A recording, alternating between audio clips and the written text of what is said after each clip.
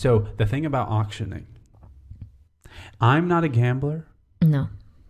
I'm not a joker. I'm not a toker. You wish to be a midnight smoker, but that's a different conversation. That's a different conversation. But damn it, auction is hard for me. So now I'm in the running for 2 now. I've been outbid by the other 2, which I guess I could just have 2. You could have 2. I could have none and be fine. But you could have 1 and be fine, but 4 would be great. 4 would be great. Mm-hmm. Mm-hmm. I'm so excited about having a mic that boom, works. Boom, boom, boom. Ta, ta, ta, ta. Boom, boom, boom, boom. Ta, ta, ta, ta.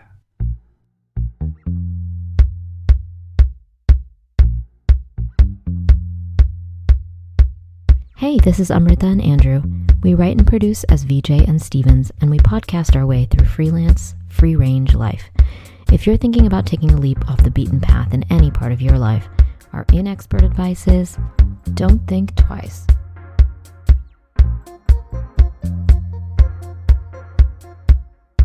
Anyway, welcome back to the 2022 episode 1 of Don't Think Twice. Our first time recording in 2022. Yeah. Doesn't my face look good? Your face looks good. You have a eyeliner on. Oh, thank you. I do. You have I do. You know, I actually thought to myself, I'm going to sit down and talk to Andrew today, and I want my face to look presentable. Well, you look great. Thank you. Your face looks great too. Thank you. And that is because our friend Jen Hartley did gift me a free bottle of witch hazel. Oh. Which I've been using. And I realized that the only time I ever use beauty products the way they're supposed to be used and what do you mean the way they're supposed to be used? To the amount, using the actual prescribed amount. Oh, because you're trying to be stingy. Gives me something for you're free. You're like trying to save a dime. Right. Okay. And in the process, you're like, not using enough. So make this last for 3 years. Witch hazel toner, which I don't know what it does, but you know, witch hazel has those good properties. Clarity, whatever those are. Toner. It's like a toner. Yeah. And I use it liberally, and you feel like it's giving you that glow. You are someone who also, like, your body responds very enthusiastically to, like, well, I'm not going to say the placebo effect, but like, it's like if you're like, I'm taking this pill, like you're taking digestive enzymes, and then all of a sudden you're like, my body has never worked better. No, I'm a person that I should only be prescribed placebos. Fake drugs. Yeah. Sugar pills. And the doctor can tell me, now this is a sugar pill, but you must take it every day. And the next week I'll be cured. You're like, well, that did the trick, doctor. That's all I needed. Yeah. Well, so our friend Jen gave you witch hazel, but you know what she gave me? What? A butt mask. It's like a sheet mask for your face, except that you put it on your butt. Well, so she gave me the toner because she has a 3-step skincare system. Okay. Did she invent it? No. Why did she give you a butt toner? That's my question. Does she feel like her butt is clearly, for now and forever sufficiently toned? Well, from a third-party objective perspective, I think her butt is pretty toned. But yeah, I don't know. Maybe she noticed a deficiency in me that she's trying to correct. I don't even know. I don't really understand what it looks like. It's like in a little package. I mean, the same way that, like, you know. Well, it's a face mask for your butt. It's a face mask for your butt. But like, what is it shaped like? Anyway, I guess we'll find out. I should do it, but I just don't really understand. And then I'm like supposed to lie on my stomach or something while it like soaks in on my butt cheeks. Anyway, so you lucked out on your gifting with getting the witch hazel, is what I'm saying. Yes. But who knows? Maybe I'll try. I mean, I'll try the butt mask. I'll try the butt mask. Use it. You know, okay. So placebos aside. Mm-hmm. This is our first, I mean, like I say our first, this is our like winter back, like actually experiencing real winter. Like last year we were in Cape Cod for part of the winter, but like kind of escaped the worst of the winter in Louisiana. So this is our like New York winter, back in New York winter. What are your winter survivalism things? Yeah, like how are you coping with winter? Well, I mean, just recently my birthday, so yes, it's Capricorn season. It is. And every January, in recent years, I have allowed myself not to do very much, not to put a lot of expectation on much in the month of January, and it's always been very successful for me. I actually really love that answer. I mean, I was going to say humidity. So like we have this palm tree in a new palm tree in our new living room, and I feel really like an affinity with this palm tree. It's like kind of dry. It's like thirsty all the time, but doesn't really know how to like clearly make its needs known. It's kind of just like vaguely a little crunchy, but it's not like dying, but it's not like thriving either. Like no. I feel like I'm that palm tree, and we put a humidifier next to the palm tree, and I feel like right next to it, like just it's breathing, misting right. It's warm it's just breath right into the leaves. Yeah. And I feel like the palm tree and me are the same. Like humidity makes such a big difference for the feel like it's balmier even when it's cold. And like I am like a dry bitch. So like I just I hope the palm tree doesn't die now that I've like linked its well-being to my own. But well, yeah. No, but like I feel like I'm that palm tree, and it's much happier now that it has like that humidifier next to it. It's still not like, it's not like popping, Well, we can't that humidifier, while it's big, it's still struggling in the big space. Yeah. So I don't know what you do in a big space. Yes, good problems to have in Brooklyn. So much space. It gets you humidity. Well, I was going to say humidity, lighting, because like now that I live with a person who is like obsessed with lighting schemes. Yes, you're pointing at me. Yes. Like I feel like it's one of the many ways that you're a life improver, but like it's like having a nice dim lighting scheme in the winter, like is very helpful actually. Like trying to fight against it by having bright lights is like more cognitively disturbing, I think. And moving slow was my other thing. So that was what you just said, was like not having high expectations for like big anything. Yeah, for anything in January. I'm trying to like just go really slow and just like, but where's the line where it's like too slow? Is there such a thing as too slow in January or no? Yeah, there's such a thing as too slow, which you're not doing. But I say that because everything about home matters that I see on the internet, or any type of conversation around self-care, is always about slowing down and calming down and making a serene environment and all of these things. And like, I don't want to like devolve here, but like there are for every concept, there's the good and then there's the bad, and everything is in balance. And so you can make a place too serene. You can have something too calm. You can sink yourself into a place of inactivity in a way. Too serene. Yeah, tell me about that. I think so. Yeah, no, I'm with you. I don't argue the point, but you feel like you need a little. You need a little friction. Death is serene, right? It's like the ultimate. Death, the ultimate serenity.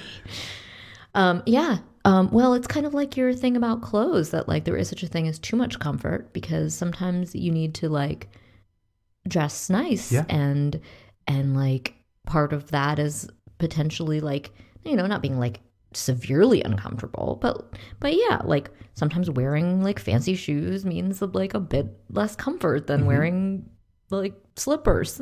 Yep. And that's just like showing respect to yourself. That's showing respect to the event, like the person that you're going to see, whatever. Yeah. It's also, I'll just say it. Humans want to have the right answer to everything. And our home should be our sanctuary, and it should be serene, and it should be calming, and it should be where we restore ourselves, and like yada, yada, yada. And we have very specific notions for like what that should be and mean for everyone. And I think, well, does home have to be serene? Should it be a sanctuary? Like in that you want to encourage yourself to like also need to leave sometimes? Well, in the sense that like, I was watching on YouTube, for example. Yes. This English woman on BBC who's a historian, and she does this like a lot of an historian, as they say on the BBC, because they're British and they don't say H's. And she does a lot of, I wouldn't call it like pop history, but she does a lot of BBC television specials that are, you know, entertaining. She had a whole series about the home, and each episode she explored a different room of the home: the bathroom, the kitchen, the bedroom, the living room. And in it, it's fascinating.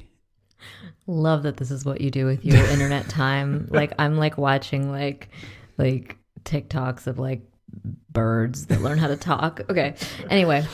And it's fascinating to realize how our modern day concepts of all of these rooms would not only be foreign to people of different times, but would be it would be scandalized almost by the idea that you would ever have time to yourself, or ever have space to yourself, I should say. Yeah. Even the concept of a bedroom took millennia to develop, and all these things. So that's really all I'm saying, is when I think about the home being the sanctuary. Not that I don't understand what people mean when they say that, but on the flip side, you know, maybe it's a all little things in balance. Self-indulgent. Yeah, all things in balance, for sure. For sure. And so we're moving slowly in January, but not too slowly. No, I'm with you. I wouldn't fit in medieval Europe. For many reasons. Your cleanliness, you know, your desire for solitude, all those things. So speaking of being uncomfortable though, I did dress up yesterday. Yes, you did. You went to the opera. I went to the opera. It was my first time back at the Opera House in over 2 years. So it was a momentous occasion. I did suffer a little extra discomfort because my tights were too small and they were falling down on the train. And I was like, oh my God, I have to reach into my pants on the train. It was terrible. But it was great. It was definitely a strange experience. You know, being masked for 3.5 hours is a long time. It's a long time. It's a long time. When we went to a Broadway show, it was a long time. Yeah, and that wasn't 3 hours. No, it wasn't 3.5 hours. It's just very. I mean, there is such a thing as too much humidity, and that too much humidity is inside your mask during an opera. Well, I'll say, as someone with facial hair. Oh yeah, I'm like skin irritation. Yeah. It is shockingly like not full. I mean, which is good. Like, what would you say percentage-wise? Oh my God. Well, I mean, I didn't really see the full spectrum. I couldn't see. I'm in the family circle. That's sort of my preferred seats. Which, if you haven't met the Met, there's the ground floor, the orchestra seat, the balcony, and then the tiers, and then like sort of the family circle is basically at the top. It's like 5 floors up. Yeah. I mean, the family circle was mostly empty last night. Mostly empty. Wow. Yeah. And because they're selling less tickets? I think because less people are going. They have sort of been taking pride in having not canceled a show yet. They haven't canceled a single show yet. You know, this. So they're hemorrhaging money, which is fine because. We shouldn't measure our accomplishments by money. If something makes money. Certainly not the artist ones. And, you know, so that was one thing, is it was surprisingly empty. It was nice to take in art, like with other people, like in proximity, though. There were people around. It wasn't like completely deserted, but it was, you know, from what it normally is, it was quite empty. There was something that's like so triumphant about watching people who are putting on work at this time, because like everything is so much harder to get it off the ground or to like, but at the end, like it was a type of palpable delight among the cast on stage for having like, we did this. It's only their second performance of the run. Right. More so than you normally see. Like, no, it's like wartime bonding. Yes, it was totally wartime. Like they came out and they were just like so excited that they just did this thing, like literally dancing during the like curtain call, like just like fist pumping, and like it was really cute. So it felt it felt wartime triumph, like from the performers. So I actually really kind of liked that spirit. The one thing that was a bit awry is, okay, I have a question for you. The titles that appear Yes. The Met titles. super titles. Yeah. Is it a person that operates those? Is there a person? Yes. Okay. It has to be because... like, what if the tempo is different? The tempo, right? yeah. So that person was... Which is separate than the supernumerator, I believe. Oh, what is that? What's the supernumerator? Isn't this... What's the supernumerator? Well, maybe... Did I just make that up? Let me look it up. Super denominator. No, the person who was operating the titles, I'm sorry to say, was... Like, it was just a person who's thought, you know what? One of many of us, I think, in the working world who's like, you know what? That's good enough. It's good enough. Was so, he like behind? It was behind. It was absent. It was, they skipped a whole like thing that I think is pretty like plot crucial during like the finale. But, you know, I think I support that person in thinking good enough is good enough.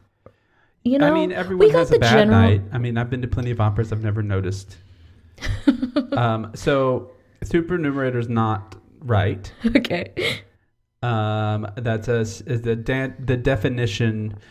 Supernumerary person or thing is someone in excess of the regular, necessary, or usual number. Whoa. Or an actor without a speaking part. Oh, that's what I was thinking. Yeah, I was going to say, where did you get that? Yeah, I was like, how did I get that? I was an actor without... okay. So like an extra. So like the servants that come on stage and do a little, like set the table during the wedding scene. Yes. Those people are supernumerators. Yes. Okay. All right. Well, now I learned a word. I never because known I misuse it. Yeah. Don't be afraid to misuse words. Uh-huh. We're looking up That's words. How we learn. And also people misuse words all the time and are unapologetic about it. Mm-hmm. And that's not a good trait to go around misusing words, I guess. But sometimes I'm like 75% sure I understand. I know. Yeah, but the thing is, you actually means. have a really good vocabulary and you know a lot of words. So but then I will, for fear of like the 25% where it's like I'm not sure exactly if that's exactly how that word should be used, then I won't use it. So carry yourself with the confidence of a person who uses a $10 word in place of a 10-cent word.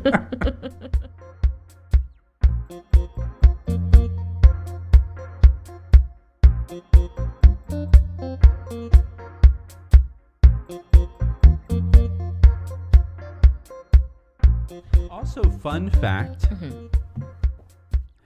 Jesus was a Capricorn. No. Yeah, he was. He was born in August. Jesus? Yeah, he wasn't born... On Christmas? No.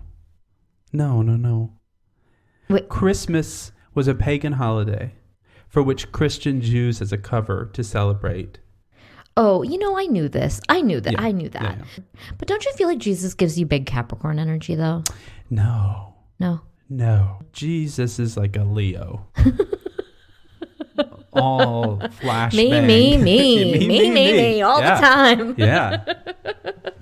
Okay, so I was watching, Jesus, as I do, I was watching a Jesus documentary, and they did mention that astrologically, all of Jesus's placements. Oh my God. So I don't know how to say it. You can help me say this. The house? The houses. So like the ruling planets are in the houses. Yes. Capricorn was in Saturn and Scorpio was in whatever. Do you know what I'm trying to say? I know what you're trying to say. You're trying to say that Saturn was in Capricorn. No, listen to me. Yeah. All 12 of the signs were in their home positions. Oh, I understand what you're saying. Does that make sense? Yes. Okay. In their domicile is what they call it. Okay. All the planets were in their like home houses when Jesus was born. So Jesus has this placement. And these astrologers are like, that's just amazing that he had this placement. Wait. But wouldn't that mean that every person born when Jesus was born also had that placement? Yes. Because they were like, well, that's Jesus. He has all the placements. No, but your planetary placement is also determined by exactly where you were born, like the location that you were born and the time you were born. Right. So unless there were like multiple people that were born in Bethlehem. Born in Bethlehem. Anyway, what the fuck kind of documentary was really this? This wasn't. Yeah, I was gonna say this sounds like it wasn't really a documentary. Some bunk science. Was that what you were gonna share when you said Jesus?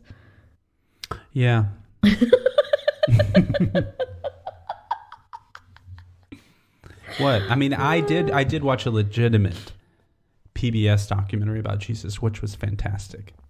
Okay, you've been watching a lot of documentaries lately. Yeah, I have. One last documentary I saw, and then we'll move on. Mm-hmm. This one was on Netflix, came out last year. Just an hour and a half long documentary about an art world fraud gallery that sold fraudulent mid-century artists, like $80 million worth of like Rothkos and like, but Rothkos, quote unquote, fake. Yeah, that were fake. That you know, and the documentary was about the gallery itself and the question if they were deceived, which they claimed they were deceived, and then about a few of the purchasers of the art. So these were like forgeries, basically? These were forgeries. Okay. Forgeries created out of forgery is such a glamorous crime. Right. I mean, a Chinese man in Queens forged several artists, not just one. Didn't just master one artist's techniques, several. So much so that forensic analysis, museum, all the experts wrote letters of attesting to that they thought these were real. Authenticity or whatever, yeah. Mm-hmm. So the documentary goes where you think it's going to go, and in the end, the fraud is revealed, and yada yada yada. But in the process, they are interviewing these art collectors who have been duped. And I guess we are supposed to feel sympathetic to these people for having spent $10 million on something that was effectively worthless. And I was just watching and feeling like these people are terrible. Like everyone was terrible all the way around. And that's the other thing about forgery is that it feels like a victimless crime because the victims often suck.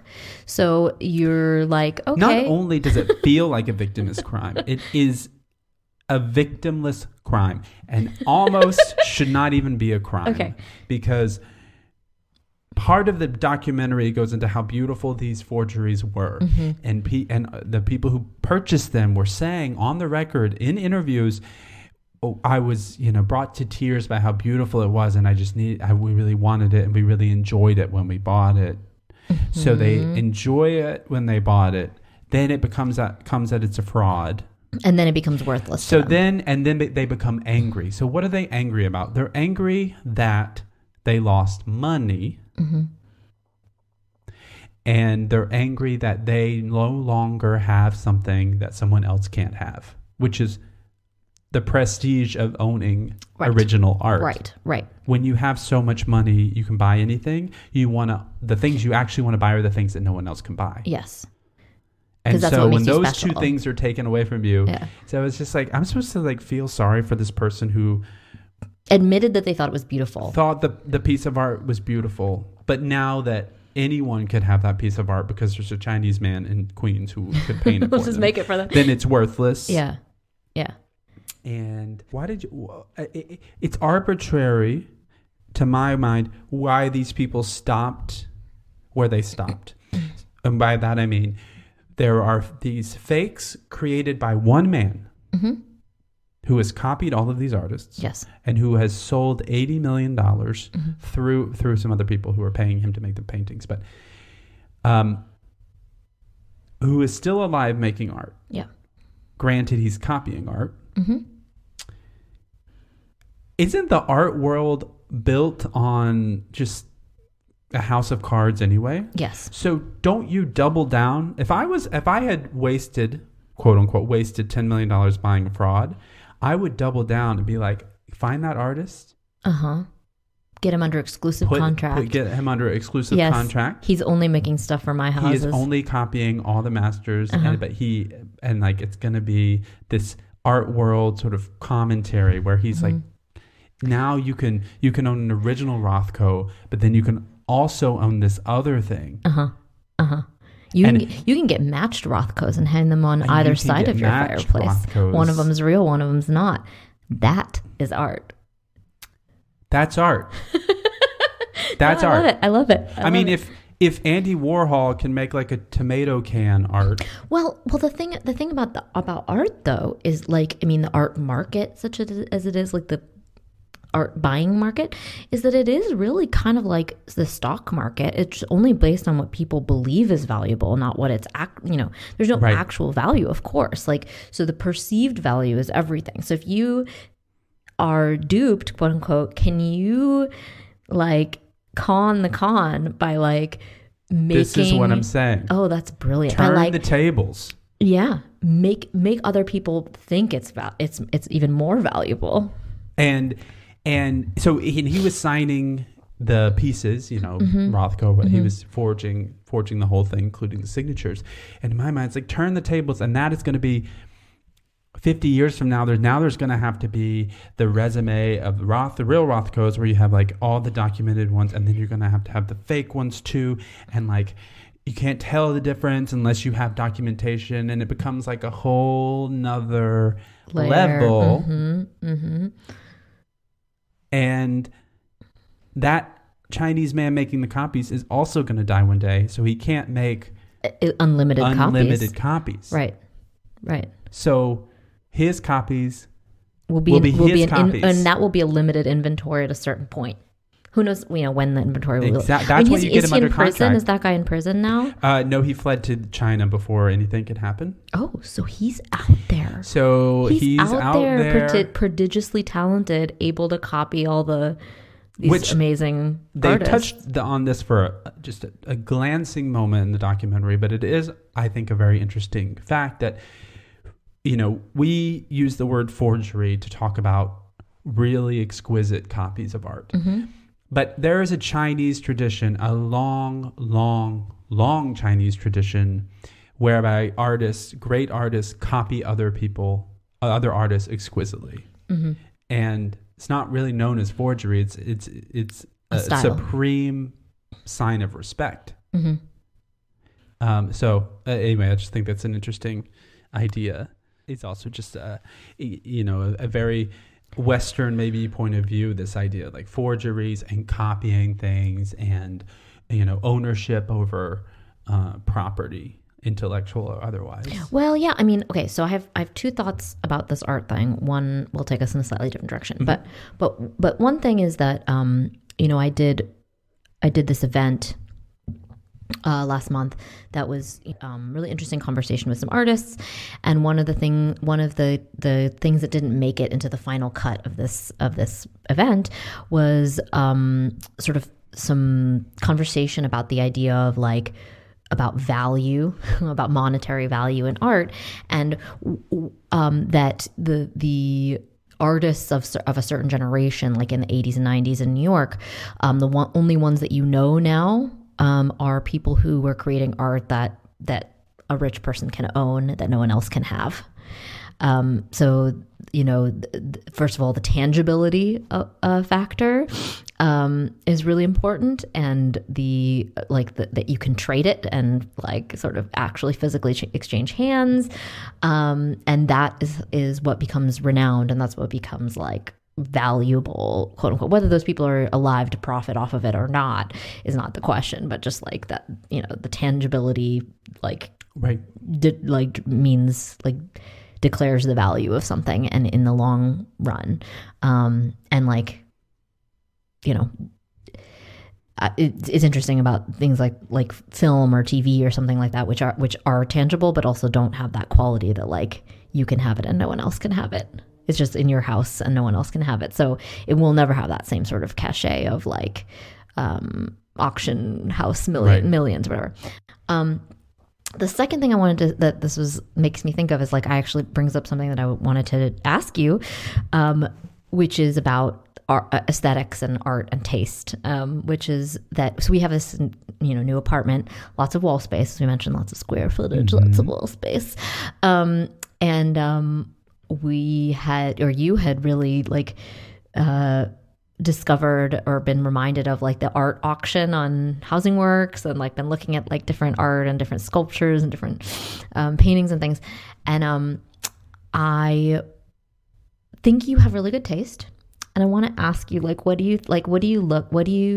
you describe your taste? So you were showing me a few different things, and you were like, here's this like still life of flowers, and it's really beautiful. It's cool.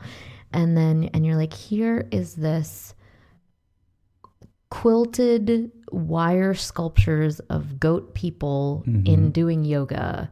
They're like 2 feet tall sculptures, and I think we should have these. I'm like, what?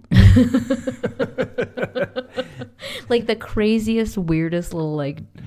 I think the core when I'm looking what draws you to something. Okay, when I'm perusing art. So and we're talking about like thumbnails let's back on up the a little internet, bit. Right? So Housing Works is a thrift store in New York City with multiple locations. A nonprofit organization founded to fight HIV/AIDS, and you can go to their physical thrift store and all over many locations in the city and purchase things. But there are donations that are made to these different locations that are of a certain value, so that Housing Works decides to offer them an auction instead of just selling them in the shop. Yes.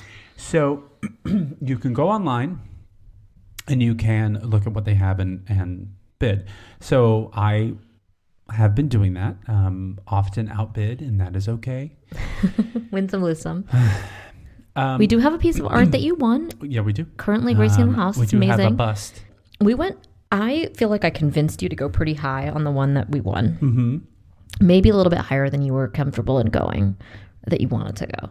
But I thought to myself, in retrospect, will we regret not having this bust?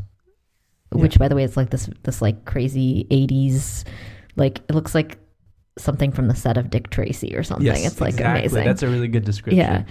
Oh my God, she's amazing. I love her. I look up at her every morning when I walk out into the living room, and I'm just like, yes. Yeah, she's great. So I'll go on the website and I'll peruse through these thumbnails pretty quickly. What I am looking for myself, what I enjoy, is I don't want to look at all of these thumbnails closely at first. One, I am looking online, so there are things that you can't really appreciate. Totally, like texture, you're not going to appreciate. So I'm looking quickly because what I want is to know, first of all, the things that catch my eye, like immediately. Like if I was going to walk in someone else's house, and what would make me stop and one, try to figure out what was happening. So this was going to be my next question, actually. It's like when you walk into someone else's house and you're like, oh, this person has good taste. Like, what does that mean to you? Like, how do you determine that? Like, Well, so what you're saying, I didn't mean to cut you off, because what you were saying is sort of speaks to that, which is like if you go in somewhere and you don't immediately know what's going on, that's good. That's good for you. And that also speaks to what we were talking about earlier. A place, I think, can be too serene. It can be too simple. It can be, if something gives you a little bit of like visual discomfort, yes, like that to you is like an appealing. Well, it's quality. Sometimes people will say things about like an Airbnb. They're like, oh, it looks like a hotel room. Or what do people mean when they say, oh, this looks like a hotel room? That means that there's like nothing in it that is offensive. It's like it all matches. It all makes sense, but it has no style. Like no character. No. So I think style can be many different things. But style does need to have a quality of interest, which like a hotel room, unless it's well styled, which most aren't, are like not interesting on purpose. I mean, if we're talking about like broad style, it's also like the combination of things. Like you don't have to have like everything you own doesn't have to be like a showpiece. It's also about putting things together, high and low and whatever. Yeah. But when I'm looking at online, it's like the things that catch my eye because they're interesting and I want to figure out what's going on. Or I'm very, very interested by this aesthetic thing. Like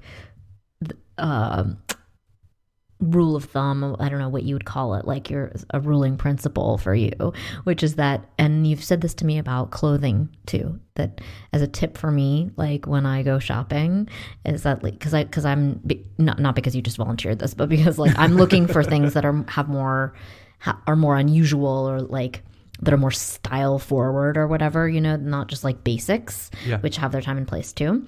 And your advice was like, when you go, you should gravitate towards the things where you're like, when you pull it off the rack, it's because you're like, is this horrible or is this great? Yep. And your first instinct should be like, I don't know. Like, you're like, is that good? Mm-hmm. Or is that crazy? Or is it crazy good? Yeah. I think that's a really good guiding principle for things. And like, and even just like it for all things, like even for like writing things. I'm like, I want to like, it's like, you want people to think about it. You don't want it to be like so inoffensive that it's like, right, that your eye just skims right over the page. It's like, you want it to be like, wait, I had to think about that. Is that weird? Or is that brilliant? Yeah. Is it crazy brilliant? If your eye is too comfortable on something, it's because it's boring. It's boring. Yeah. If there's like some quality that the eye catches on, even if before the brain like even understands what's going on, it can be like a proportion. So it's something that your eye catches, and then your brain has to catch up to be like, is this good or bad? That's that quality. Yeah. And so it's like asymmetry. It's a different cut, a different proportion. It's weird little goat people sculptures in your living room. If it's something where it's like the way material can move, all that yada yada yada. Yeah, I love that. This is good. This is a good guiding principle. I'm sold. I'm no expert, but I am. You know what? You say you're no expert, but books have been built on less. That's true. So get this guy a book deal.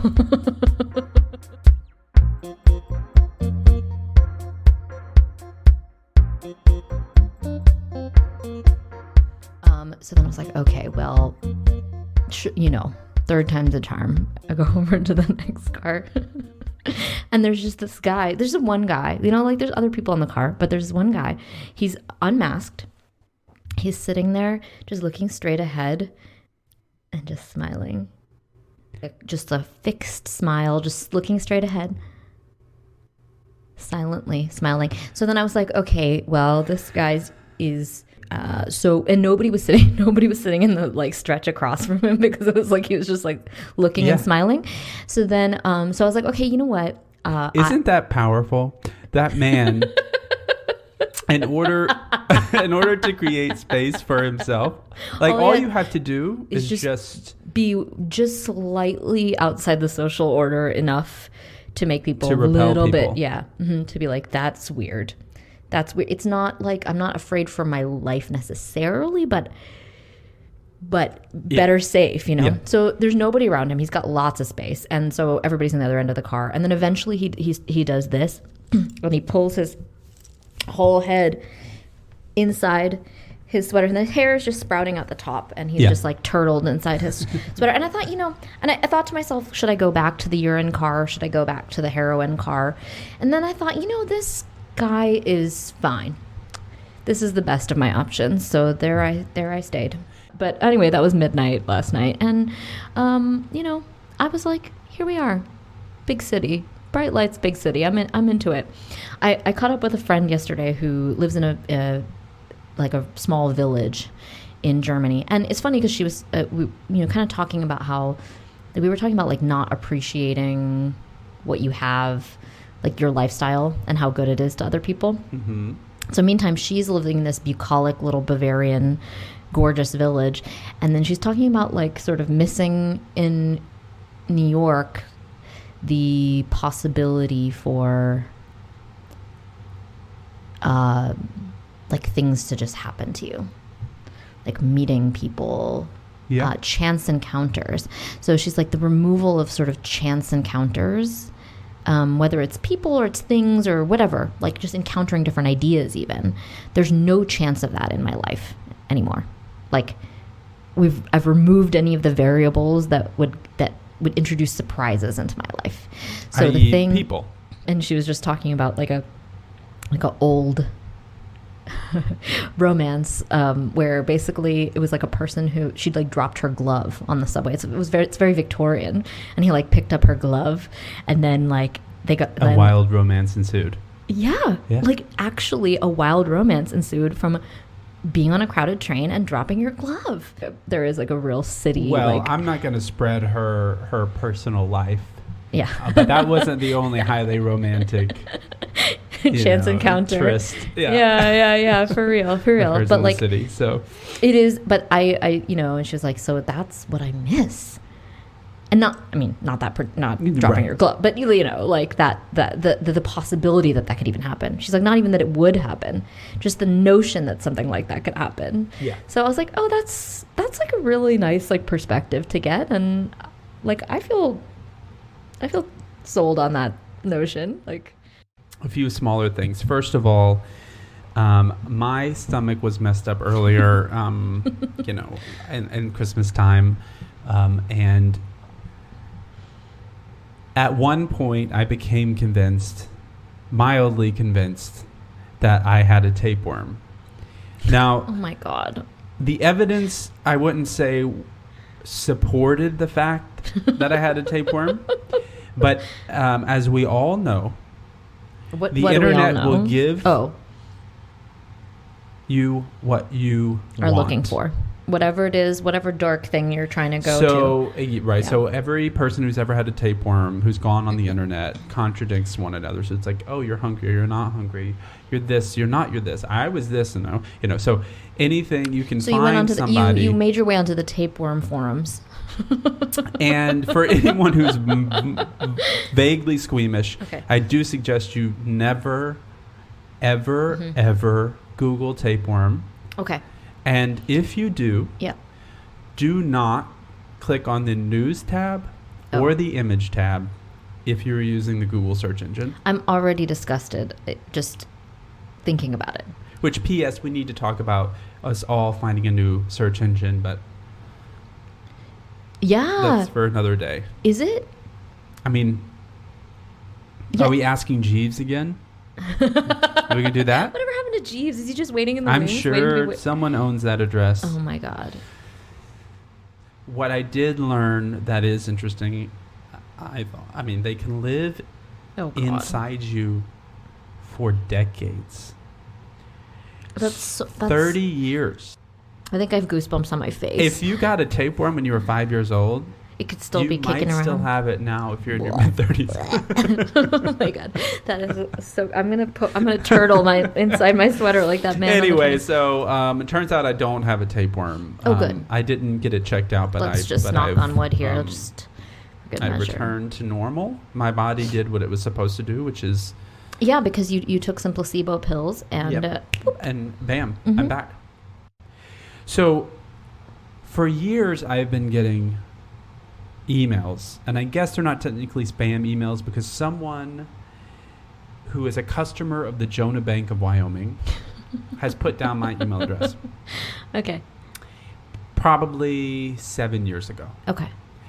And at first I thought it was spam. Mm-hmm. But then I got curious because they only send an email twice a year. Okay. Very quick sidebar, similar thing. It's like a group of cancer researchers that at first I was like, this is spam. This is like spam. But it's like some of them have legitimate like NIH like email addresses. It's just like a bunch of cancer researchers that are so dedicated to trying to send me their slides for different presentations and things. And then finally I've written to them a couple of times and been like, this is not who you think it is, and please don't send me your cancer slides. Yeah. But anyway. Did they ever get back to you? I just remain on the distribution list. Yeah. There's nothing I can do. No, you're forever. You're called on the listserv. Yeah. Yeah. Okay. Sorry. So the Jonah Bank of Wyoming is a legitimate bank, and why I'm now on their email list, and I think I'm going to stay. Okay. Because whoever writes the copy is brilliant. Lay it on me. So. Happy holidays from Jonah Bank. And I will abbreviate some of this, but I find myself writing this on Black Friday, frankly, because it's a ghost town here. It's been a while since we shared an update, so I thought I would take this chance to fill you in on what's happening around here. ... Nothing. That pretty much sums it up. You may be asking, if nothing is happening, then why are you bothering me? Well, our 2 fearless leaders retired a couple months ago, and we're excited to say we made it through. The bottom didn't fall out. There are 82 other Jonah bankers here to take care of you, and they are way smarter than the 3 of us. Oh my God. P.S. For those of you who ask, yes, we promise not to screw it up.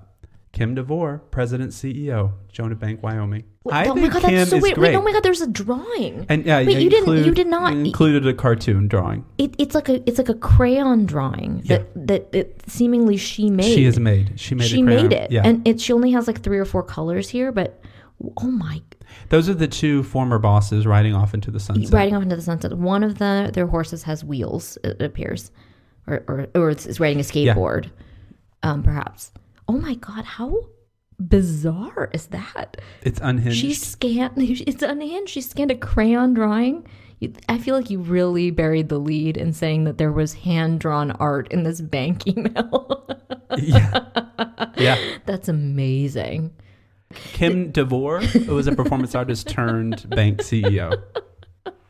So if you're in Wyoming and you need any type of banking help, maybe a mortgage, I suggest you go to 777 Jonah Way. In Cheyenne. Casper. Casper. Wyoming. Casper, Wyoming. Have we been to Casper? Did we drive through Casper? Is that where we had our ill-advised Mexican food? That was Cody. Oh, Cody, wow. not to be confused with Casper. You really just pulled that Wyoming city name out of your head.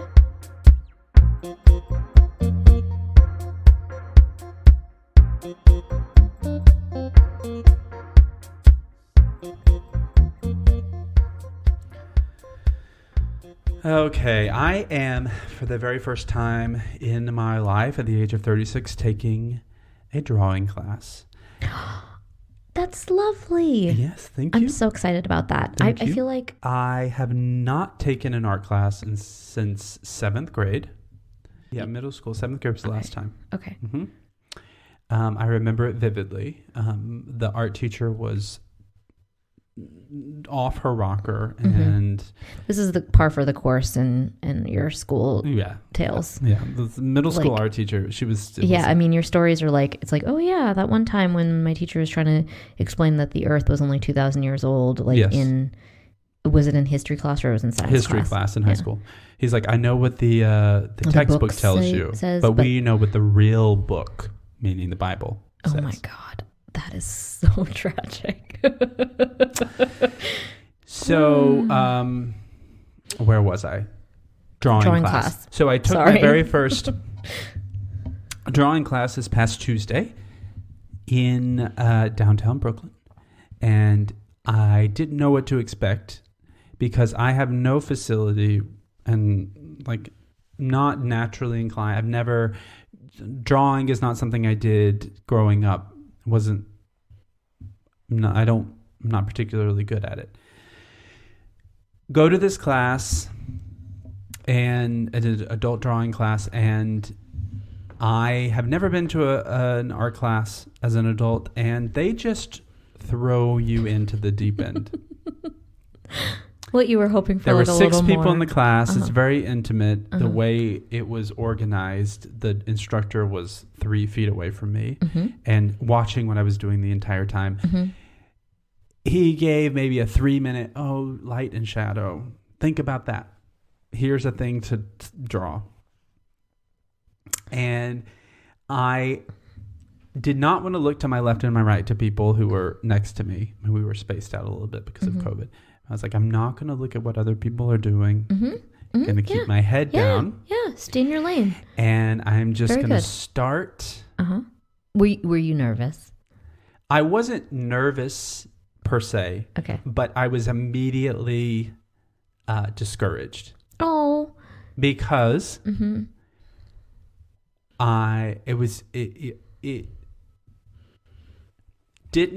my finished product, I'll say, looks pretty good, especially for a first time. I think it looks really good. But it didn't look like anything until I was almost done.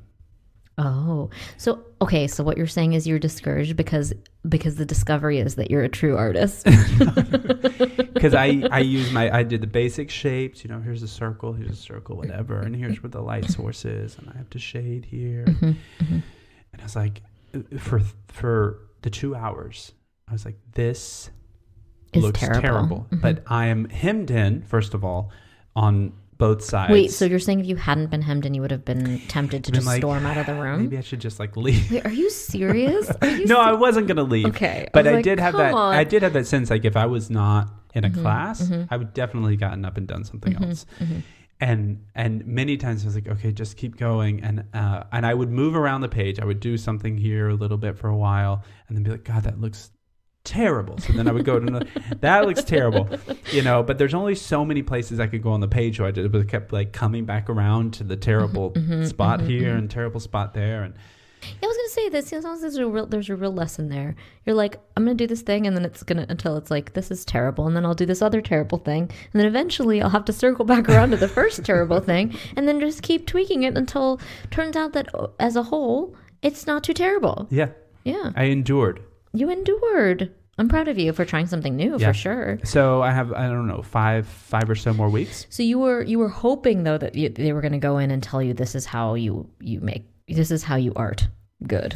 Well, I probably yes and no, because I actually am a person who would prefer just to observe and watch someone do something, right, and then try to do it myself, and then at the other end, the instructor can then give their class. Right. And that's true of any art. So it's like, I would rather hear someone sing, me try to sing. As an instructor, don't tell me to tweak anything, don't whatever. Because my body and my ear is figuring out what's happening. I don't need my brain to then get in the way and be like, hold your tongue here, do that. Or an instructor being like, well, maybe you need to do X, Y, and Z on the page. And then I'm like, okay, now my brain is going to work to make that work. Instead, it was purely my eye. That's really lovely. And I know that doesn't look good, and then I do this. Really lovely. It still doesn't look good. I'm gonna keep going. And then at the other end, the instructor can say something like, "Oh, that would have instead of taking 2 hours, that would have taken me 15 minutes." Right. But that is learning. That is learning. It's a better method. That is learning. So I'm glad I didn't get a whole course and approach. Before I could develop my own approach, because also he could tell me next week, oh, you could do it this way, and it might help, but it also means that I'll have developed my own quote unquote technique, your own strategy, my own strategy, and then I can blend it with a suggestion of how to make that better. But I don't have to rely. I'll have experience behind me where I won't just have to rely on some old asshole's point of view. A really until you called him an asshole. I was like, that's a really nice approach. No, he's actually great. He was really sweet and really great. Yeah, no, that's really lovely. He did come over the end, close to the end of the class. He was like, so how do you feel about things? And you were like, and terrible. I looked up and I was like, how do I feel? And then you weirdo. He comes back to me later. He's like, I'm sorry for asking you that question. That was a weird question. And I would be like, yeah, what's a weird question? I wanted to tell him is like, this is my very first drawing class. Yeah. So I don't know. I don't even know how I feel. I don't know where I am or what's happening to me right now. I knew I didn't want to come out. I thought for a minute, I was like, I don't want to tell him anything negative. I don't want to be like, I hate what I've done. Because what does that do? I really appreciate that. I really do. And it's also like, which we've talked about frequently before, is like creatively or otherwise, whether it's something new to you or it's not new to you, like telling people how to feel about it beforehand is like a major mistake. So that's at work, that's at, whatever the context. And I still learn that on a daily basis when we are co-writing together and when I am ready to give you something. The thing that I'm trying day by day is like, if I don't feel good about what I'm giving you, then I shouldn't give it to you. Why am I going to waste your time if I really think it's bad? Right. Or am I just trying to like manage expectations by giving you something that I want you to like, but telling you that I think it's bad before you read it? Right. And I know we've talked about it before, but like I'm real, like that's something that I think about a lot more now, is that if when I give you something, I'm not going to tell you how to feel about it. I know how I feel about it, but I'm not going to tell you how you feel, because like oftentimes the greatest surprises come from the things that you unexpectedly like that I didn't like. Even, you know, or you saw the potential in something that I thought was bad, and you're like, oh, actually, that's a seed of a good idea. But if I told you in advance, that part is dumb and we should rewrite it, and we shouldn't, like, that's not what it should be, then that's what you're going to go in reading for. Yeah. And you're like, oh, yeah, well, if you think it's trash, why would I defend it? You know? So yeah, I know this is a different context, obviously, being a first time drawing class, but I see, like, but I knew in the moment quality. I didn't want to say I don't like it, or because like, I've never done this what before. didn't you like about it? Let's see how we can make it better. Like, I didn't want his whatever comment, instruction he wanted to give me to be filtered through me. Right. I wanted it to come fully from what he saw and determined that was the highest priority to tell me. It's kind of the same thing, or something that you maybe thought was bad. You know, he might see something positive in there, or like some, you know. So. Yeah, I mean, so it was a good class, and I look forward to practicing more. And well, you've been wanting to try something new for a while, learn a new skill, and like try visual art, and that's been on your mind for like a while, like while we were in New Orleans too, but circumstances made it difficult to find art classes down there, so I'm excited for you.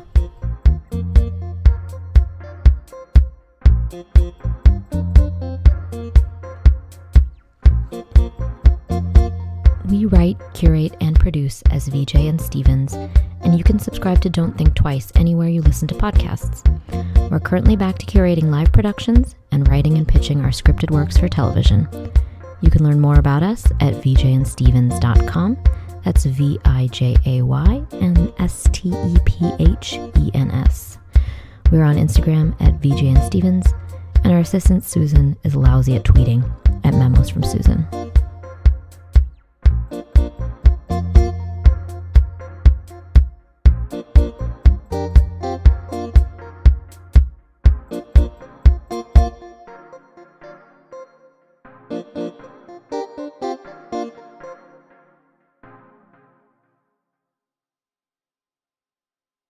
Well, I think probably the best solution is to decide before I bid how high I want to go on something, and then just let it be.